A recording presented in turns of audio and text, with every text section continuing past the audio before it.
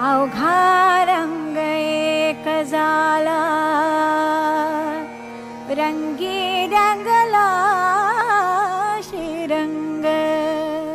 अध्यात्म और मूल्यों से सजा कार्यक्रम रंग नवे जरूर सुने आपके अपने पसंदीदा रेडियो स्टेशन रेडिओ शिवनेरी पर 90.4 FM। आवाज तुमच्या आमच्या। रंगी रंगला श्रीरंग, अवघा रंग एक झाला।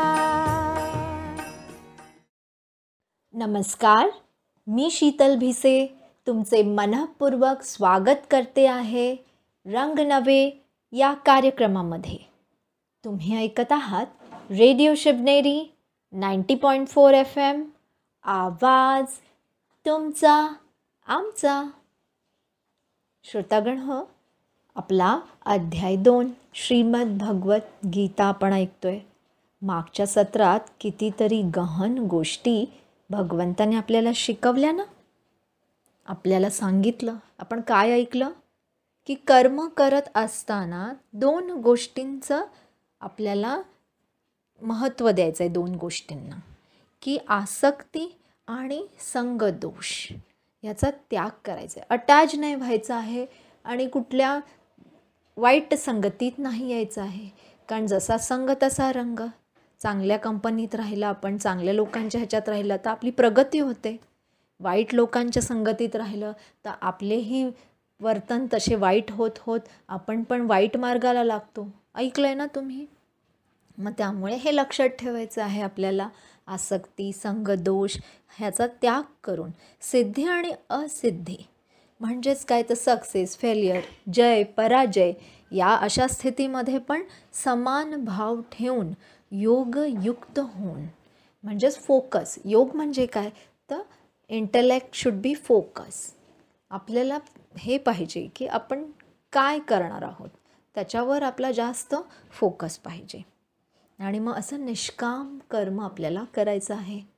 मग आपण हे असं निष्काम कर्म करतोय किंवा समत्व भाव ठेवून करतोय, त्याचं हे काय रिझल्ट म्हणजेच कौशल, इफिशियन्सी असणार ना आपल्या त्या प्रत्येक कर्मामध्ये। म्हणजेच योग हा बॅलन्स ऑफ लाईफ हेच आपण शिकलो। आणि हे आसक्ती संगदोष याच्यामध्ये आलं तर काय होतं, बॅलन्स नाही राहत ना, इम्बॅलन्स होऊन जाते लाईफ। मग आपल्या लक्षात आलंच ना रसिक मंडळी, निष्काम कर्म करतोय किंवा समत्व बुद्धी ठेवून, बॅलन्स ठेवून, म्हणजे सिद्धी असिद्धी नाही, जय पराजय यात काही फरक नाही पडत आपल्याला। आपली बुद्धी स्थिर आहे, मन शांत आहे। असं जेव्हा आपण कर्म करतो तर ते एफिशियन्सी, त्याचं प्रमाणच काय कौशल, म्हणजे त्याचं जीवनच कसं होऊन जाईल खूप सुंदर। हेच तर प्रमाण आहे, यालाच योग म्हणणार। योग हा बॅलन्स ऑफ लाईफ, समत्व योग ठेवून, समत्व बुद्धी ठेवून, निष्काम भाव ठेवून कर्म करत गेलं तर कुशलता येत जाते, जीवन अगदी सुंदर होऊन जातं।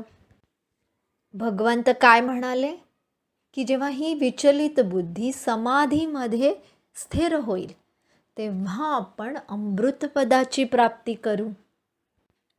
विचलित बुद्धी आपली जे शांत झाली, स्थिर झाली, हे जे भटकतंय मन, तर मग काय होईल, जीवनच कसं असेल, सुखी ना, सुंदर असेल ते जीवन, अमृतपदाचीच प्राप्ती ना।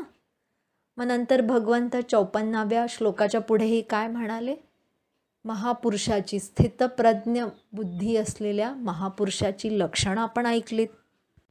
त्यात आपण काय ऐकलं की जेव्हा कोणीही मनुष्य प्राणी मनामधील सर्व आसक्तींचा त्याग करतो, कशातच तो अटॅच राहत नाही, डिटॅच असतो, मग तो स्वतःशी कशा असतो, संतुष्ट। आत्मा आत्मसेही तृप्त, आत्मसंतुष्ट। मग असा आत्मतृप्त महापुरुषच काय आहे, स्थितप्रज्ञ, म्हणजे स्थिर बुद्धी असलेल्या महापुरुषाचं लक्षण काय तर कुठल्याही प्रकारचा आसक्ती भाव त्याच्या मनामध्ये नाही। संपूर्ण सर्व इच्छा सर्व कामनाचा त्याने त्याग केलेला आहे। मग स्वधर्माच्या आधारावर जर कर्म करू तर आत्मसंतुष्ट, म्हणजे स्वतःशी संतुष्ट असणार, विचलित होणारच नाही। गुणांच्या आधारावर आपण कर्म करणार ना, सुख, शांती, आनंद, प्रेम, पवित्रता, ज्ञान, शक्ती. मग मन कशाला मन बुद्धी दोन्ही विचलित होईल किंवा भरकटेल? नाहीच. मग हे एक लक्षण आपण ऐकलं. मनामध्ये कुठल्याही इच्छा, कामना, त्या सगळ्यांचा त्याग. असा महापुरुषच काय आहे? स्थितप्रज्ञ, स्थिर बुद्धी. आणि दुसरं लक्षण भगवंताने काय सांगितलं? त्यासाठी कासवाचं उदाहरण आपण ऐकलं ना रसिक मंडळी. कासव कसं असतं? जेव्हा काही काम करायचं आहे, काही कर्म करायचे, तेव्हाच कर्मेंद्रियांचा विस्तार करतं. अदरवाईज सगळ्याच त्यांच्या कर्मेंद्रिया समेटून सेफ पोझिशनमध्ये बसलेलं असतं, कळतही नाही, अगदी दगड वाटतो. आणि आपण शिवाच्या मंदिरामध्ये ऐकलं ना की नंदीगण आणि प्रवेशद्वाराच्या जवळच कासव असतं, त्याला प्रणाम करूनच आपण गाभाऱ्यात प्रवेश करतो. मग आपण काय करतो? कासव हे चांगलं आहे, एकमेकांना गिफ्ट दिलं. आजही तीच भावना आहे ना, बिझनेसच चालू आहे त्याचा.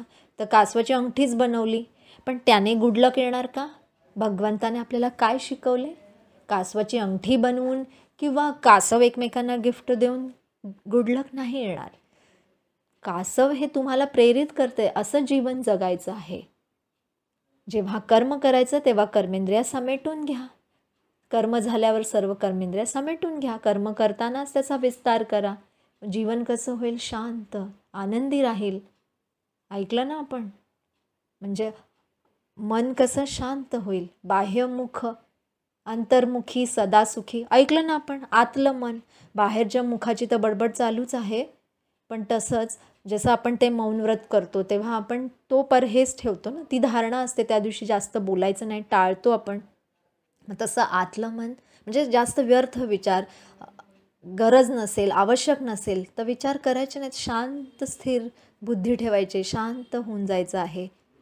मग ते अंतर्मुख, ते शांत झालं तर सदा सुखी म्हणजे सुखाची अनुभूती होईल, अतींद्रिय सुखाची अनुभूती.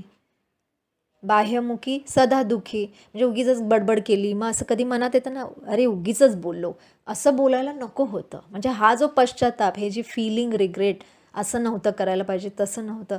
त्यापेक्षा ही सवय असलेली चांगली ना, की आपल्याला आवश्यक आहे तरच बोलायचं आहे. एखादा दिवस आपण मौन व्रत, पण कुठलं? बाह्यमुख तर आहेच, पण आतील मन, अंतर्मनसुद्धा शांत राहील असं आपण करूयात. हेच भगवंत आपल्याला शिकवत आहेत.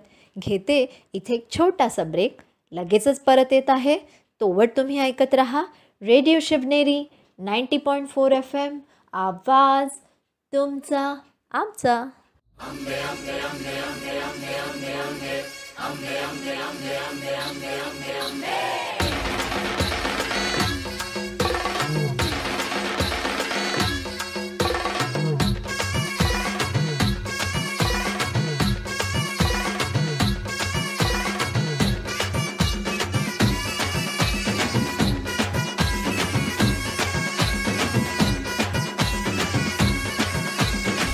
तू ग दुर्गा, तू भवानी, संसाराची तूच जननी, सारी माया तुझी. अंबे कृपा करी, अंबे कृपा करी. तू ग दुर्गा, तू भवानी, सारी माया तुझी. अंबे कृपा करी, अंबे कृपा करी.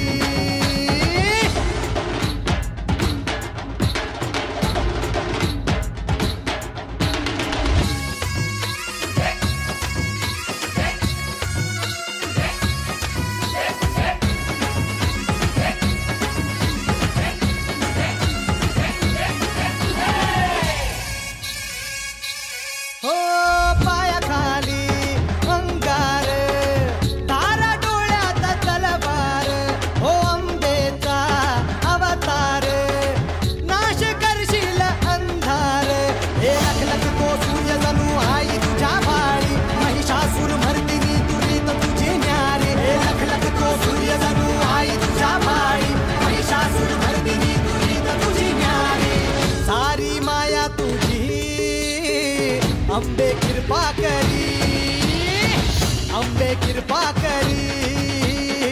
तू ग दुर्गा, तू भवानी, संसाराची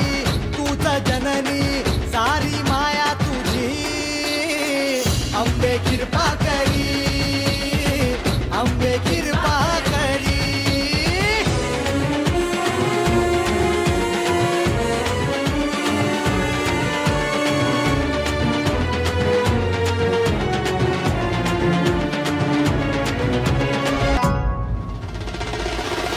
आदिमाया तुळजाई पावनव झाला धाव घेई हे दुःख जाई सुख येई पाया पडतो मी माझे आई हे सुरवर ईश्वर वर दे करू तुझी वारी तुम तुमले त्रिलोकी नाम तुझे नारी सुरवर ईश्वर वर दे करू तुझी वारी तुम तुमले त्रिलोकी नाम तुझे नारी सारी माया तुझी अंबे कृपा करी अंबे कृपा करी अंबे कृपा करी अंबे कृपा करी अंबे कृपा करी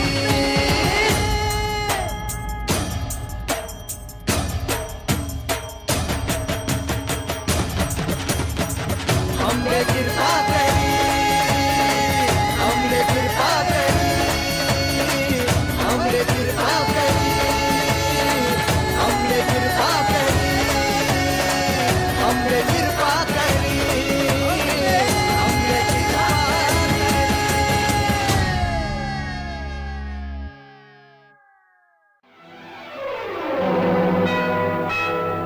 नमस्कार, मैं हूं राम प्रकाश वर्मा और आप सुन रहे हैं आपका अपना पसंदीदा radio station radio Shivneri 90.4 FM। आवाज तुमच्या आमच्या।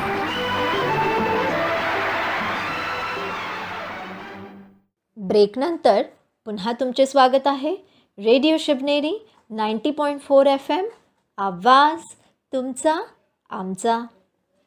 आपण काय ऐकतोय? स्थिर बुद्धी महापुरुषाची लक्षणं, स्थितप्रज्ञा। मग ती व्यक्ती कशी? तर पहिलं तर मनामध्ये कोणत्या कामना, आसक्ती, त्याचा संपूर्ण त्याग। दुसरं उदाहरण, ईश्वराने भगवंताने आपल्याला काय सांगितलं? कासवाच्या प्रमाणे जीवन असावं। कर्म करायच्या वेळेलाच विस्तार करा, अदरवाईज समेटून घ्या, शांत मन ठेवा। शिकलो ना आपण हे? सगळ्यात महत्त्वाची गोष्ट समेटून घेण्याची शक्ती आणि आत्म अनुभूती होते, अंतर्मुख। या धारणेमुळे आपल्याला आत्म अनुभूती होणार आहे। मग हेच आहे ना, कासवामध्ये समेटून घेतो तो। मग आपल्यालाही विस्तार झाला, कर्म करून झाला की शांत स्वरूपात स्थित व्हायचं आहे, अंतर्मुख, आतलं मन शांत ठेवायचं आहे।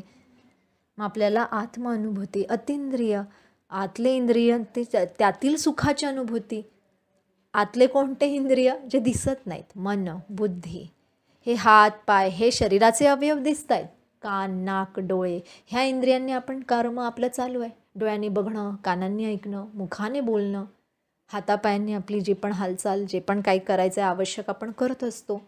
पण जे आत्म्याचे अवयव आहेत, मन, बुद्धी, संस्कार, मग ते इंद्रिय ते शांत करायचं, मन शांत, बुद्धी स्थिर।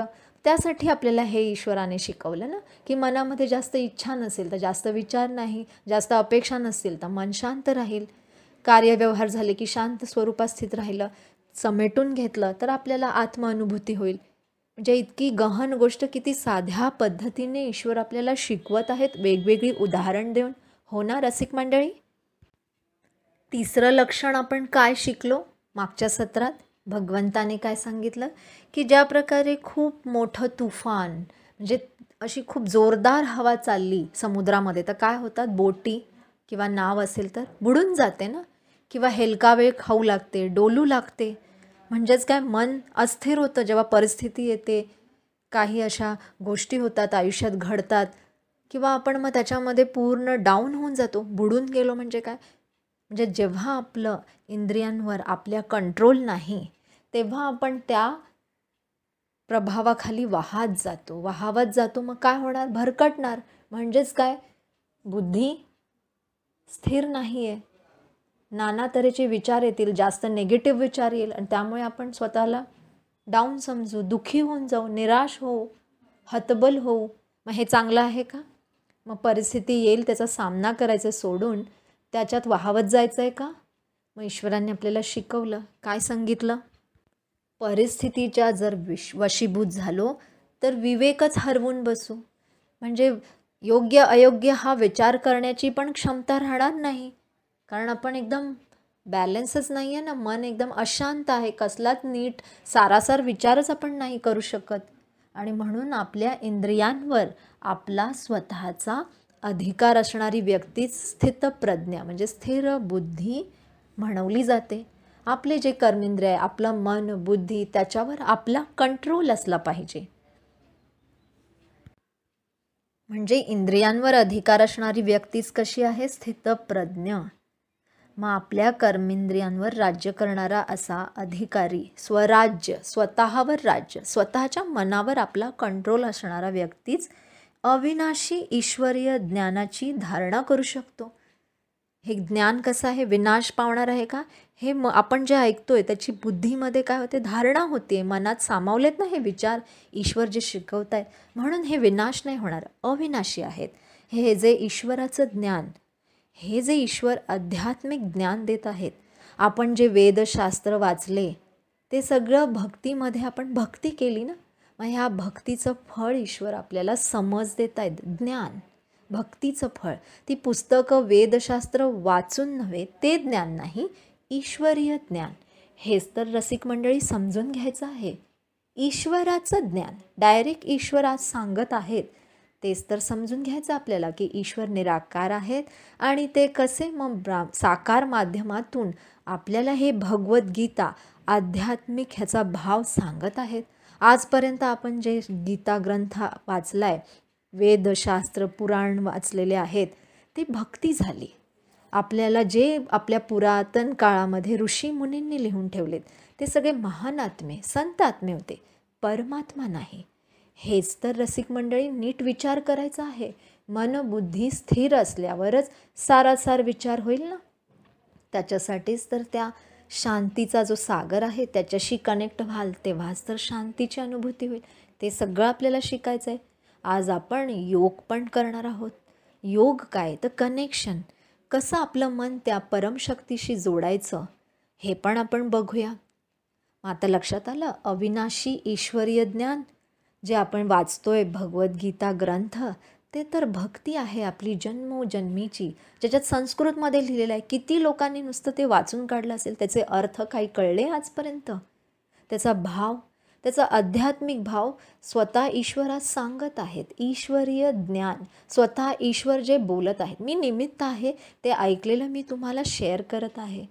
पण आपण पुस्तकांमधून पण जे वेद म्हणा, शास्त्र, उपनिषद जे पण वाचलं, ते सगळे ऋषीमुनींनी लिहिलेलं आहे. हे आपल्याला समजून घ्यायचं आहे.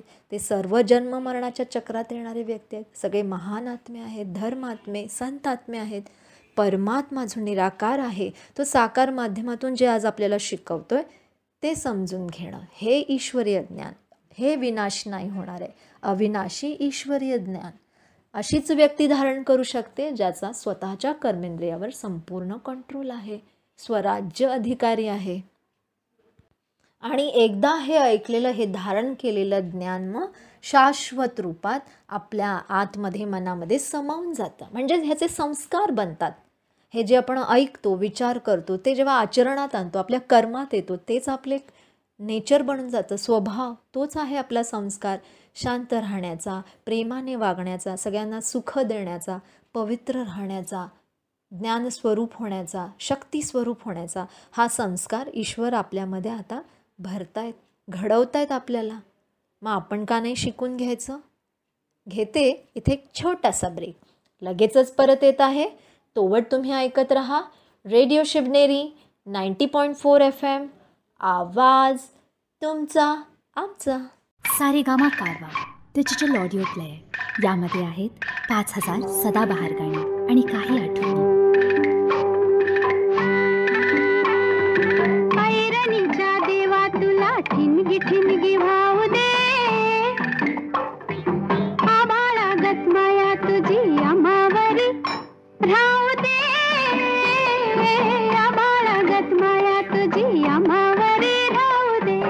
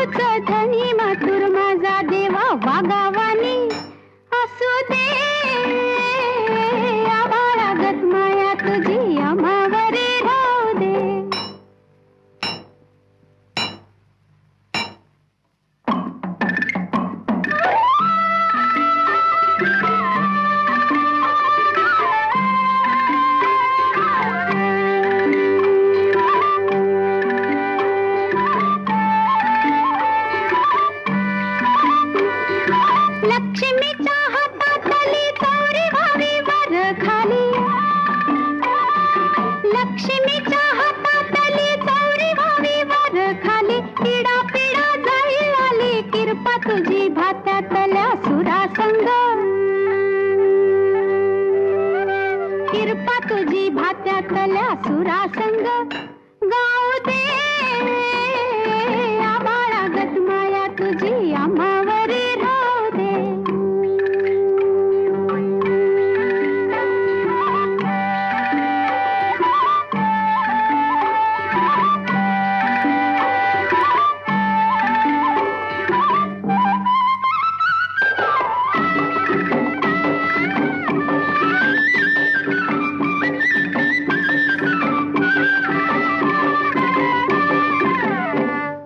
सुख थोडं दुःख भारी दुनिया ही भली बुरी सुख थोडं दुःख भारी दुनिया ही भली बुरी घाव बसल घावावरी सोसायाला झुंजायाला अंगी बळ येऊ दे आबाळागत माया तुझी आम्हावरी राहू दे ऐरणीच्या देवा तुला ठिणगी ठिणगी भाऊ दे आबाळागत माया तुझी आम्हावरी राहू दे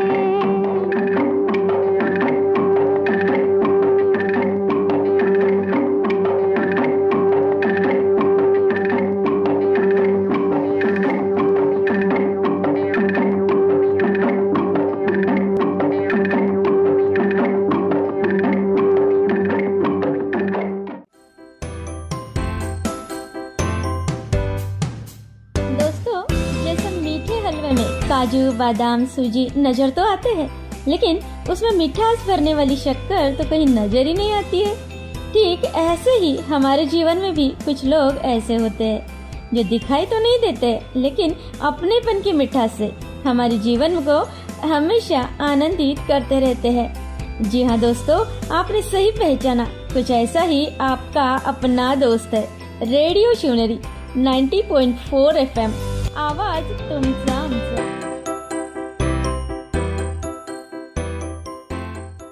ब्रेक नंतर पुन्हा तुमचे स्वागत आहे रेडिओ शिवनेरी 90.4 FM, आवाज तुमचा आमचा।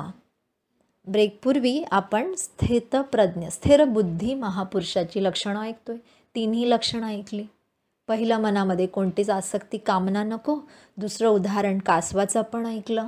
समेटून घ्या आणि काय करा, कर्म करण्याच्या वेळेला विस्तार करा। जीवन जगण्याची प्रेरणा कासव कसं देत आहे।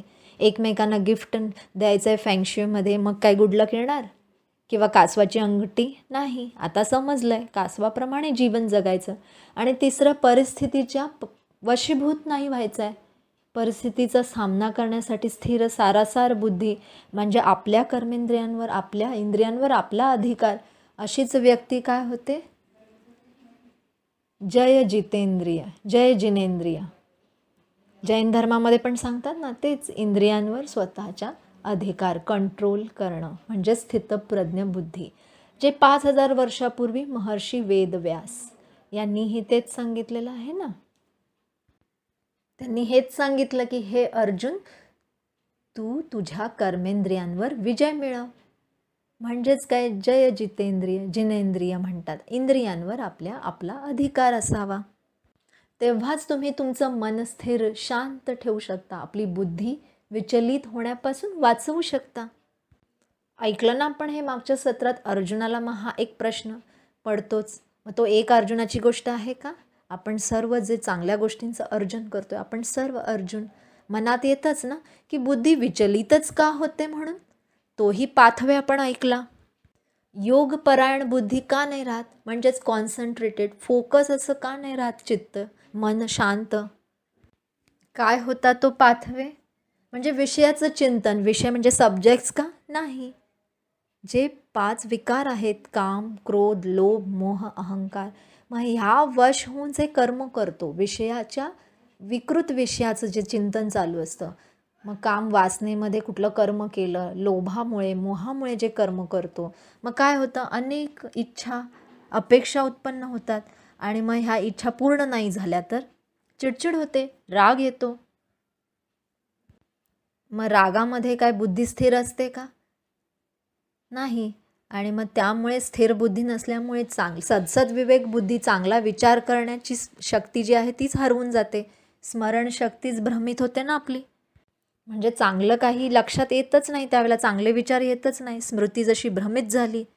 आणि मग त्यामुळेच योगपरायण बुद्धी काय होते, नष्ट होते. म्हणजे फोकस बुद्धी राहत नाही. हा पाथवे आपण ऐकला.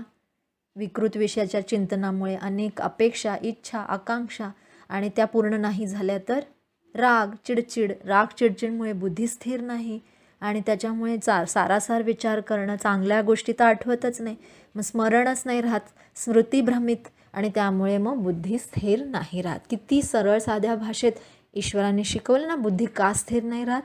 मग आपण आता हे फॉलो करायचं आहे. विकृत विषयाचं चिंतनच नको ना, चांगल्या चांगल्या गोष्टींचं मनन चिंतन करायचं आहे. म्हणजे काम, क्रोध, लोभ, मोह, अहंकार या विकारांच्या वशीभूत होऊन कर्म नाही करायचे. त्या व्यतिरिक्त स्वधर्मावर सुख, शांती, आनंद, प्रेम, पवित्रता, ज्ञान, शक्ती या गुणांच्या वशीभूत, कारण गुणांच्यामुळे शक्तीच येणार आहे, आपलं संस्कार श्रेष्ठ होणार आहेत, आपलं जीवन सुखी होणार आहे. मग या गुणांच्या आधारे कर्म करायचं आहे. ही साधी सरळ गोष्ट ईश्वराने किती छान पद्धतीने सांगितली ना. मग भगवंताने हेच सांगितलं आहे ना की निष्काम कर्म करा, मगच बुद्धी स्थिर राहील. मग ईश्वर सांगतात योग साधना रहित मनुष्याच्या मनामध्ये काय होईल, कर्म तसे येणारच नाहीत ना. त्याच्या मनामध्ये कुठली भावनाच नाही ना. मग भावना नाही अशा व्यक्तीचं मन शांत असेल का. मग अशा अशांत मन बुद्धी असलेल्या पुरुषाला सुख शांतीची अनुभूती प्राप्ती होईल का, नक्कीच नाही ना. आणि म्हणूनच योगी बनण्याची प्रेरणा ईश्वर आपल्याला देत आहेत. योग साधना रहित माणसाचं काय होतं, भावनाच नाही त्याच्यामध्ये, मग मनच शांत नाही त्याचं. तुम्ही म्हणाल मग योगी व्हायचं म्हणजे संन्यासी व्हायचं, सगळं सोडून घरदार जायचं आहे. तसं नाही. संन्यास कोणता करायचा आहे आपल्याला, तर आपल्यातील वाईट वृत्तींचा, वाईट विचारांचा संन्यास. योग म्हणजे कनेक्शन आपल्या मनाचं आपल्या त्या परमशक्तीशी जोडायचं आहे. सगळं सांभाळून, सगळं करत असताना, घरामध्ये राहत असताना, आपलं कर्तव्य बजावत असतानासुद्धा आपल्याला कोणता संन्यास करायचा आहे, घरादाराचा नाही, व्यक्तींचा नाही. सगळ्यांच्या सोबत, सगळ्यांबरोबर राहून आपल्याला योग करायचा आहे. ते योगी बनण्याची प्रेरणा ईश्वर देत आहेत. मग काय आहे तो योग? योग म्हणजेच स्वतःला सुसंस्कृत करण्याचं विज्ञान. हे एक सायन्स आहे. स्वतःला एज्युकेट करा तुम्ही. The science of self discipline. इतकं सरळ साधं सोपं म्हणजे योग आहे. काही मोठं ध्यान लावून कुठेतरी एकत्र तटस्थ बसणं असं पण नाही. तुम्ही प्रत्येक अगदी चालत बोलतसुद्धा योग करू शकता. वेगवेगळे योग आहेत. पण आज आपण मन शांत ठेवून स्थिर होऊन पण घरामध्ये कधी वेळ मिळाला, जसं आपण पूजापाठ करतो, मग हे भक्तीचं फळ आज ज्ञान ईश्वराने दिलं आहे, ते योग शिकवत आहेत. तर तो योग कसा, तोही तुम्ही कधी 2 मिनटं बसून असं शांत मन करून त्याच्यावर एकाग्र करा आणि असं शुद्ध विचार करा. तुम्हाला खूप शांतीची अनुभूती होईल, खूप शक्तीची अनुभूती होईल. जसं सागराकिनारी गेला तर आपोआप थंड हवा मिळते ना, मागावी नाही लागत. तसं मन एकाग्र करा त्या शांतीच्या सागरामध्ये, त्या प्रेमाच्या सागरामध्ये. आपोआप ती अनुभूती प्रेमाची, शांतीची, सुखाची होऊ लागेल. थोडंसं आपण करूया मग आज कळलं ना, योग म्हणजे फक्त एक्सरसाइज, आसन, प्राणायाम ते तर शरीरासाठी करतोय. अध्यात्मामध्ये हा भाव कळला ना, शरीराला चालवणारी ती जी ऊर्जा, चैतन्य शक्ती, आत्मा, मग ते आत्मा मन बुद्धी संस्कारांची बनली, तर त्या मनाला एकाग्र करायचं आहे त्या परमशक्तीबरोबर. तो योग, मनाचा योग, मनाची एक्सरसाइज. शरीराची तर आजपर्यंत अनेक जणं सांगतायत, अनेक त्याच्यासाठी एक्सरसाइजेस आहेत. आज आपण मनाची एक्सरसाइज करूयात. म्हणजे हे मन जे आहेत, ही इंद्रिय, ह्यांना सेल्फ डिसिप्लिन, सुसंस्कृत बनवायचं आहे विचारांनी. परेशान असणारी व्यक्ती कधी खुश राहू शकते, आनंदी राहू शकते का? आणि स्वतःच्या आत्मउन्नतीसाठी उदासीन असलेला व्यक्ती स्वतःच्या विनाशाच्या मार्गाकडेच जात असतो. आपल्याला तर आत्मउन्नती करायची आहे, आपण उदासीन आहोत का? नाही. आपल्याला शिकायचं आहे की कशी होईल आत्म्याची उन्नती. मग मनाला त्या परमशक्तीसोबत जोडल्यानेच आपल्याला शक्ती मिळेल ना. म्हणूनच भगवंत काय म्हणतात, हे अर्जुन तू योगी बन. मग योगी बनायचं आहे ना सगळ्यांना, हो ना. कर्मयोगी बन असंच म्हटलं आहे ना ईश्वराने. का असं म्हटलं आहे? घरदार सोडा, संन्यास करा, योगी बना. मग योगी काय ते आज आलं ना तुमच्या लक्षात. मग भगवंताने या दुसऱ्या अध्यायात कसं कर्मयोग स्पष्ट केला ना. योग, आत्मज्ञान दिलं आणि कर्मयोगसुद्धा करत कसं स्पष्ट केलेलं आहे की आपल्याला कसं योगी बनायचं. यामुळेच आपण आपल्या जीवनामध्ये स्थिरता आणू शकतो. हेच गीता याच्यामध्ये आपल्याला प्रेरणा देत आहे. चला तर मग 2 मिनिटासाठी मनाला स्वधर्मामध्ये आपण स्थित करूया.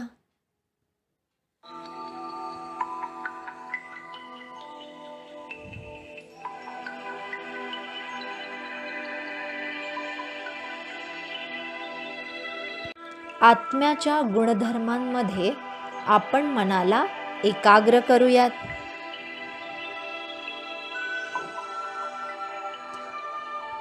जसा विचार कराल तसंच बनत जाल. मग असं चिंतनानेच आपण आपल्या ऊर्जेला आपल्यामध्ये विकसित करूया. थोड्या वेळासाठी स्वतःच्या मनाला आजूबाजूच्या बाहेरच्या सर्व गोष्टींपासून समेटून घ्या आणि स्वतःला आत्मभावामध्ये स्थित करा.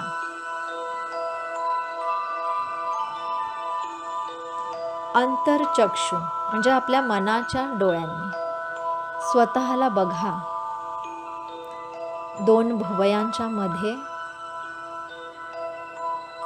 चमकणाऱ्या एका दिव्य सिताऱ्याप्रमाणे मी आत्मा आहे आणि हे माझं शरीर कर्म करण्याचं क्षेत्र आहे. मी आत्मा शांत स्वरूप आहे.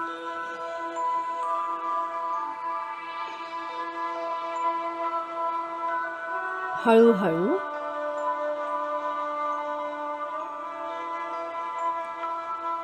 मी आत्मा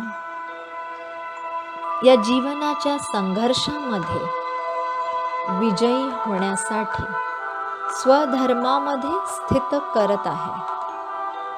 माझा गुणधर्म शुद्ध पवित्र आहे.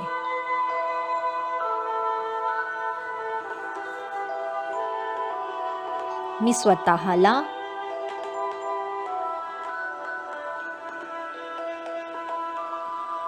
पवित्र स्वरूपामध्ये पाहत आहे. स्वतःला पहा.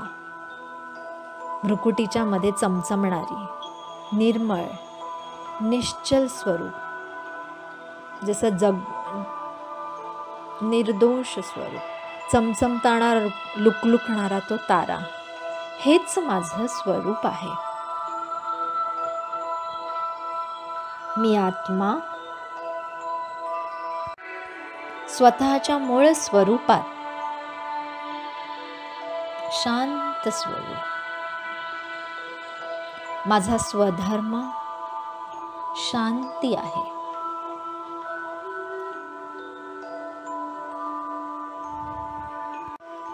शांतीची ती तरंगे मी अनुभव करत आहे. माझं मन शांत होत चाललं आहे. मी शांतीचा पुंज आहे. या शांतीमध्येच खरं सुख सामावलेलं आहे. या शांतीमध्ये प्रसन्नता आहे. परमानंद आहे. मी आत्मा सत चित आनंद स्वरूप आहे. माझं सत्य स्वरूप परम आनंद स्वरूप आहे.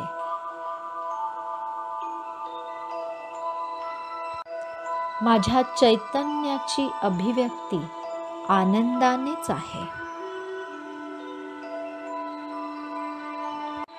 किती दिव्य स्वरूप आहे हे माझं.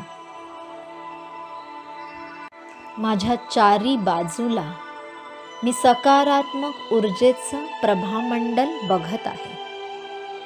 अनुभव करा त्या परम शक्तीकडून जसं सुख शांतीचा सागर त्याची वर्षा होत आहे आणि माझं ते स्वरूप उजळून निघत आहे. माझी चमक वाढत आहे, माझी शक्ती वाढत आहे. सुख शांतीचे गुण माझ्या परमपिता शिव परमात्म्याकडून माझ्यामध्ये येत आहे.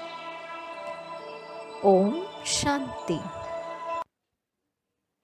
रसिक मंडळी, असं आपल्याला शुद्ध शक्तिशाली विचार असं एकाग्र होऊन त्या परमशक्तीसोबत स्वतःला जोडायचं आहे. अजून पण आपण पुढच्या सत्रात ऐकूयात कर्मयोगाचं. आता आज इथेच थांबते. तुम्ही ऐकत राहा रेडिओ शिवनेरी 90.4 FM.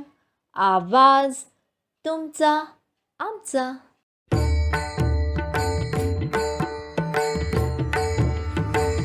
आरंभी वंदन अयोध्येचा राजा, आरंभी वंदन अयोध्येचा राजा, आरंभी वंदन अयोध्येचा राजा, आरंभी आरंभी आरंभी वंदन अयोध्येचा राजा, भक्ताची या गादा, भक्ताची या गादा पावत से, आरंभी वंदन अयोध्येचा राजा, आरंभी वंदन अयोध्येचा राजा.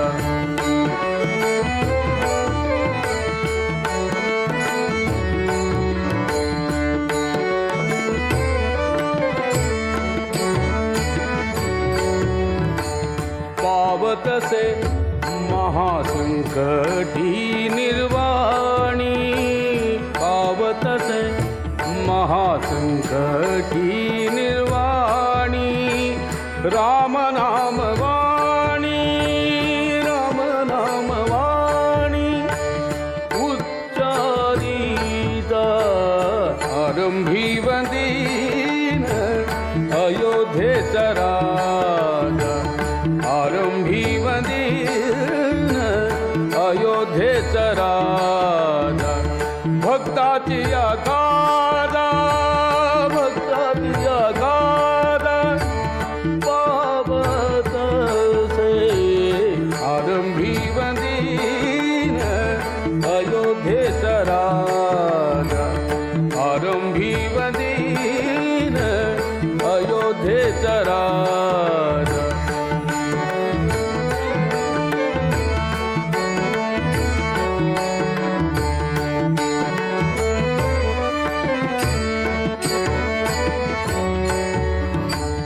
उच्चारिता राम होय पापघन, उच्चारिता राम होय पापघन, उच्चारिता राम राम राम, उच्चारिता राम होय पापघन, उच्चारिता राम होय पापघन, पुण्याचा निश्चय, पुण्याचा निश्चय, पुण्यभूमी,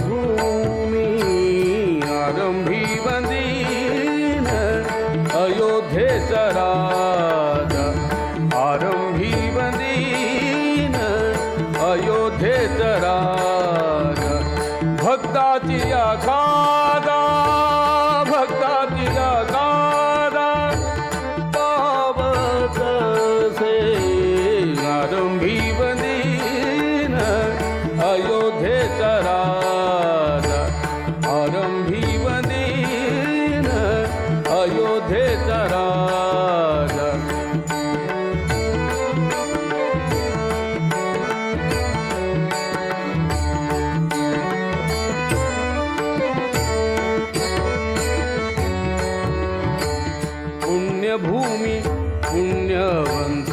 पुण्यवंतासी आठवे पुण्यभूमी पुण्यवंतासी आठवे पापियान ठवे पापियान ठवे पापियान ठवे काही केल्या आरंभी बंदीन अयोध्येचा राजा आरंभी बंदीन अयोध्येचा राजा भक्ताची गादा भक्ताची गादा पावत से आरंभी बंदीन अयोध्येचा राजा आरंभी बंदीन अयोध्येचा राजा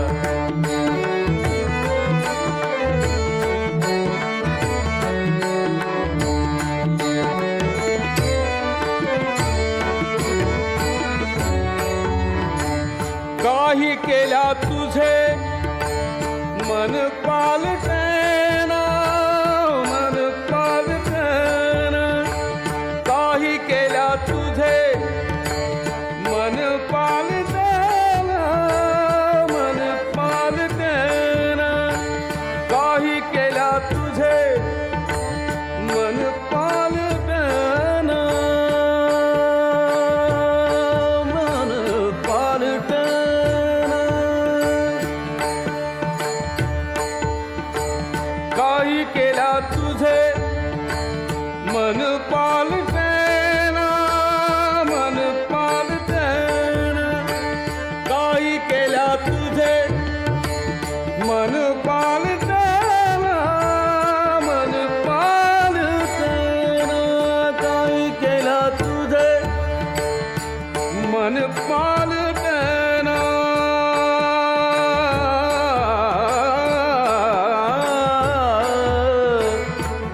मन पालटेना मन पालटेना